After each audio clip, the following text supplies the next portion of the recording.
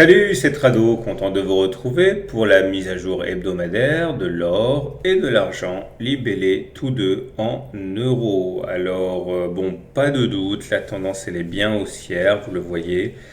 Les pics sont devenus ascendants, les creux sont ascendants aussi, donc la tendance elle est haussière.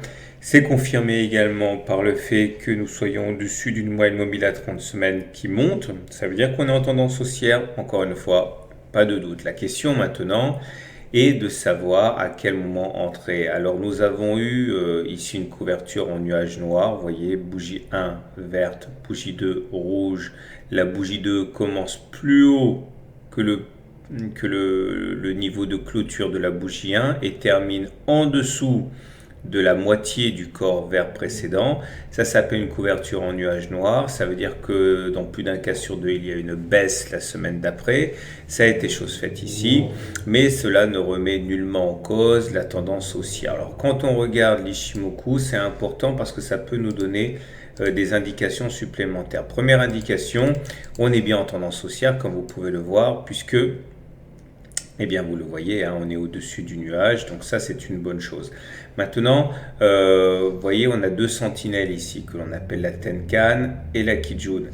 Et cette Tenkan, non seulement nous donne une idée très claire de la tendance en cours, qui est donc haussière, puisqu'on est au-dessus de la Tenkan et au-dessus de la Kijun, mais c'est également des points intéressants d'entrée au cas où on les rallierait. Donc clairement, ça veut dire que si vous n'avez pas encore acheté de l'or maintenant et que vous êtes vraiment pressé, n'achetez pas tout de suite, tout d'un coup, attendez plutôt un retour sur la Tenkan pour initier une position acheteuse. Si vous avez peur que le train reparte sans vous, éventuellement achetez un petit peu maintenant, mais il faut savoir que ça a beaucoup monté et que pour l'instant, eh bien, on serait bien inspiré de consolider un petit peu. Regardez, si on utilise les pourcentages entre les plus bas de décembre 2015 et les plus hauts auxquels on a assisté il y a 2 semaines, on a quand même fait 20%. 20% entre décembre et mars. Ok, vous avez compris, il est normal de consolider un petit peu. Maintenant, on va basculer du côté de l'argent libellé en euros et on obtient eh bien ceci. Tout d'abord, vous le voyez, hein, on arrive à s'extraire de ce canal, là, descendant.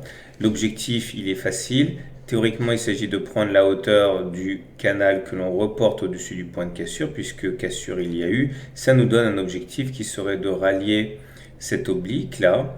Et cet objectif est valable tant qu'on ne redescend pas dans le précédent canal. Donc a priori, on va dire clairement 500 euros le kilo, tant qu'on ne tombe pas en dessous de 436 euros le kilo. Malheureusement, j'ai envie de dire, on n'a pas réussi, on ne parvient toujours pas à se maintenir au-dessus du nuage. On est comme la semaine dernière dans le nuage. On n'a pas une autre semaine de confirmation. On a eu cassure ici du nuage, mais infirmation, invalidation semaine suivante, c'est-à-dire semaine dernière. Et là, finalement, cette semaine ne fait que confirmer cela. On est dans le nuage, donc tendance neutre au regard de l'Ishimoku. Et tendance toujours indécise au niveau de la théorie de Do, puisqu'on a des pics qui sont descendants, mais des creux qui sont ascendants. Donc clairement, on est dans une figure de congestion avec une moyenne mobile à 30 semaines qui est en dessous. Alors ça, c'est pas mal. On est au-dessus d'une moyenne mobile à 30 semaines qui descend. Qui monte, donc on entend aussi à regarder les théories de Weinstein. Donc clairement, c'est neutre parce que haussier en Weinstein, neutre en Do et neutre en Ishimoku, toujours, on va dire, dans l'incertitude pour l'argent. Donc voilà, je vous souhaite une bonne semaine, de bons trades, et si vous n'avez pas regardé l'interview que j'ai donnée à TV Finance cette semaine, vous pouvez la regarder puisque je parle aussi de l'or libellé en dollars pour les spéculateurs. Voilà, à la semaine prochaine pour une mise à jour.